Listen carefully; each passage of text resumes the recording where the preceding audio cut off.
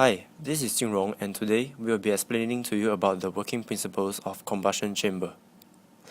An aircraft turbine engine combustor is an aerodynamic device that mixes high pressure and high temperature air from the compressor with the fuel.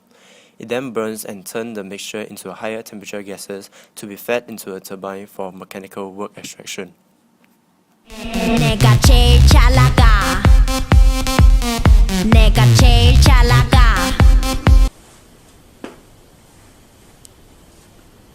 The combustor is always wrapped around the shaft of the engine, tucked in between compressor and turbine.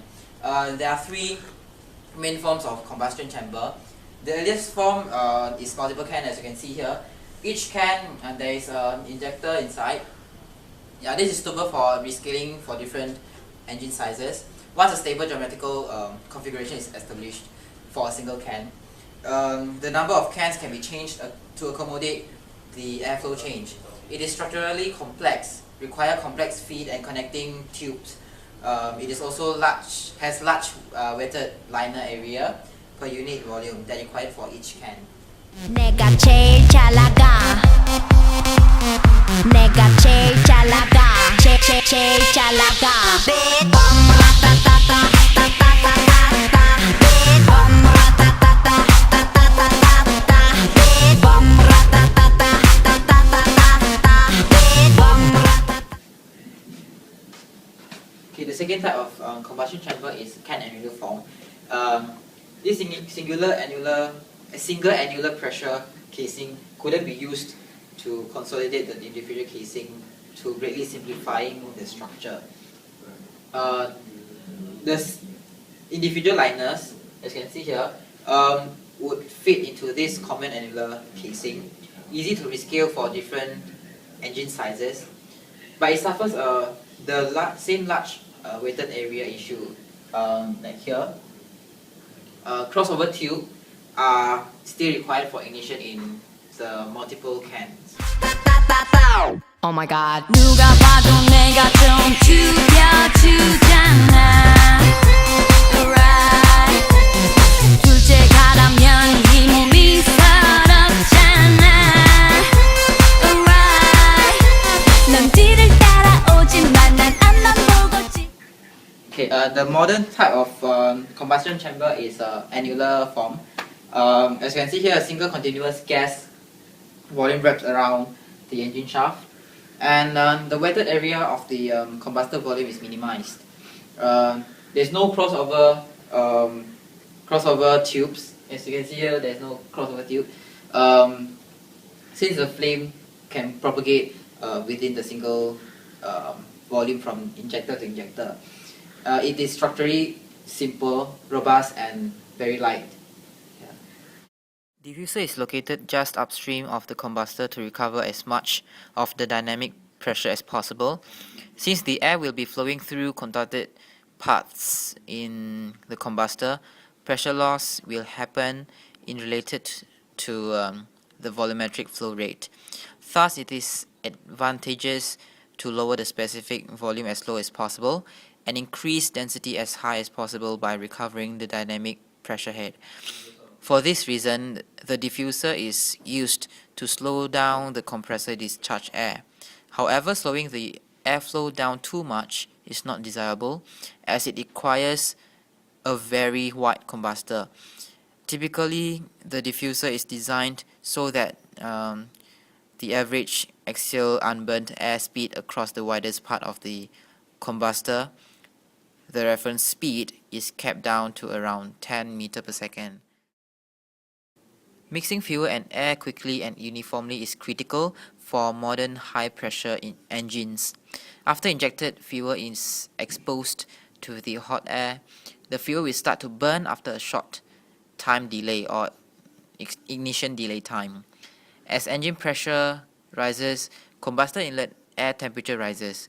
Chemistry speeds up, and the ignition delay time decreases. It is a race between chemistry and aerodynamic mixing.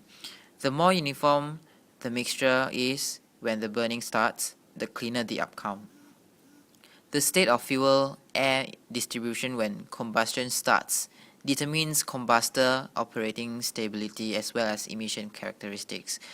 Poorer distribution with lots of rich pockets will produce nitrogen oxide or even carbon monoxide or soot.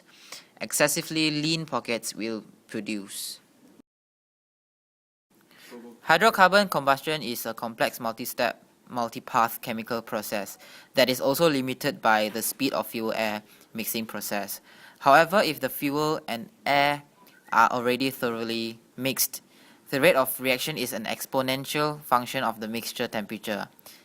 Flame stabilization needs a way to, first, quickly mix fuel and air into gaseous form. Second, speed up flame propagation speed. Third, provide a physical mechanism to continually light the fresh fuel-air charge. Good fuel-air mixing is a matter of fuel injection design. Higher flame propagation speed is a matter of hotter inlet air temperature due to using higher compression ratio. And continuous ignition is done by bringing hot circulated burnt gas into a prolonged contact with the fresh fuel-air charge.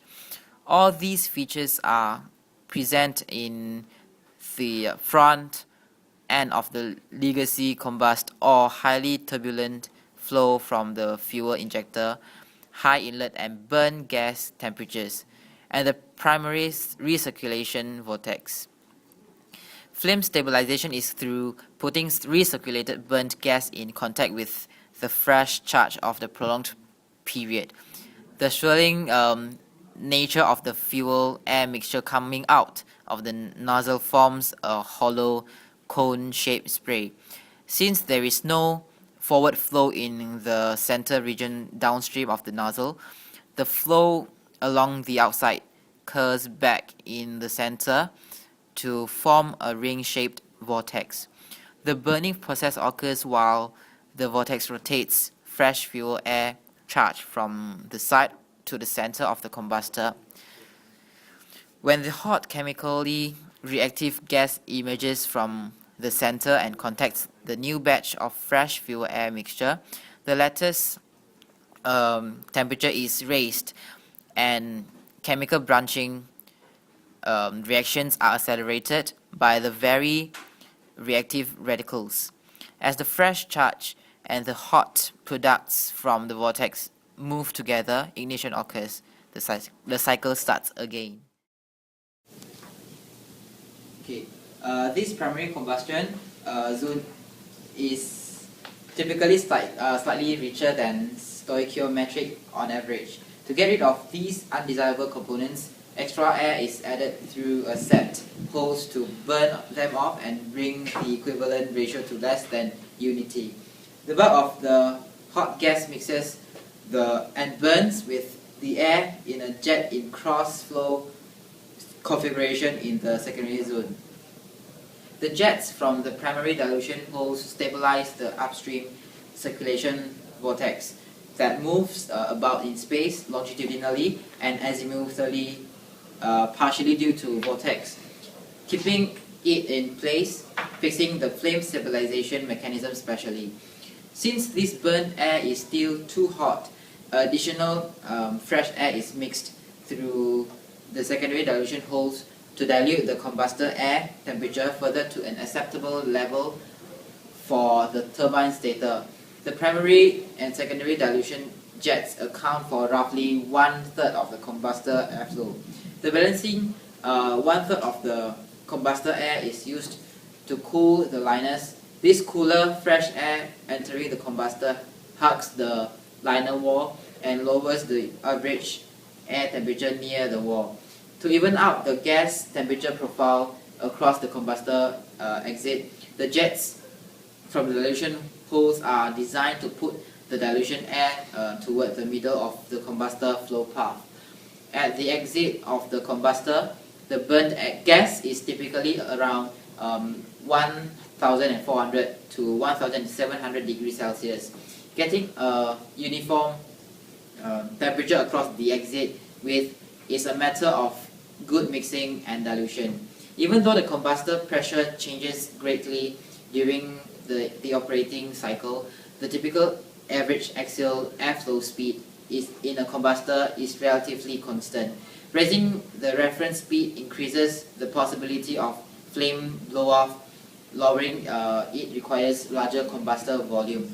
The compromised typical reference speed can be from 8 to 20 meter per second.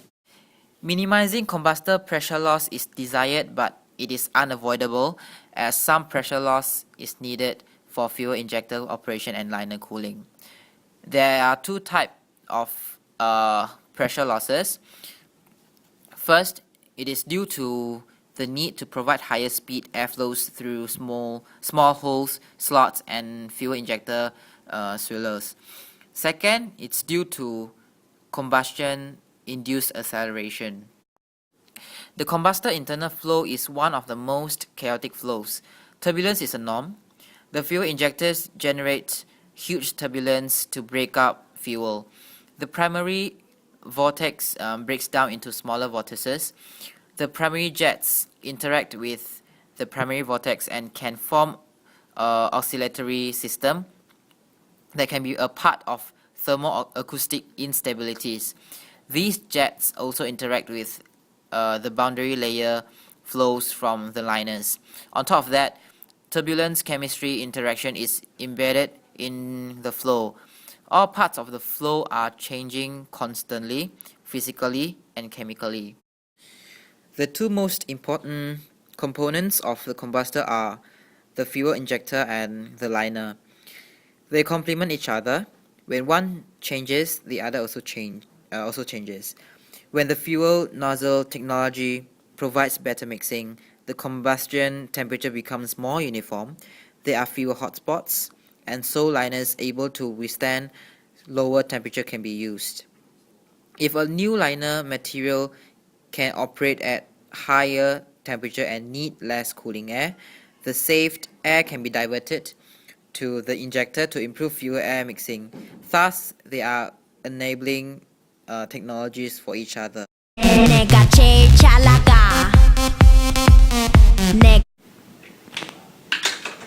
Recently, MHI has developed a new turbine which is able to withstand a temperature 100 degrees Celsius higher than the 1500 degrees Celsius Class G series gas turbines. MHI has also confirmed gross thermal efficiency exceeding 60%, which is the world's highest level in gas turbine combined cycle applications. The new gas turbine will contribute significantly to easing environmental burdens. With the new gas turbine, power generation will be able to achieve carbon dioxide emissions approximately 50% lower than with conventional coal-fired power generation. Also, nitrogen oxide emissions, which usually increase as combustion temperature rises, are suppressed to a level equivalent to that of current models in order to address global environmental issues. Recently, Kawasaki Heavy Industries has brought nitrogen oxide emissions to a new low of 9.9 ppm, which is a big improvement from the previous 15 ppm. Dry low emission combustors employ a premixed combustion method to generate the high temperature gas needed for high-speed turbine operation. While nitrogen oxide is generated during the gas turbine fuel combustion process, the amount produced largely depends on the combustion temperature. The premixed combustion technique minimizes combustion temperature without the use of injected water or steam by premixing the fuel with air to significantly reduce nitrogen oxide emissions. This feature has made dry low emissions combustors the most widely used combustion systems employed in gas turbines. Okay, our group has come up with two suggestions for further improvement. First one, like most engines, pollutants will be formed due to incomplete combustion. By replacing the combustion agent with hydrogen, water will be produced instead of pollutants during combustion, thus reducing the pollution caused by engines.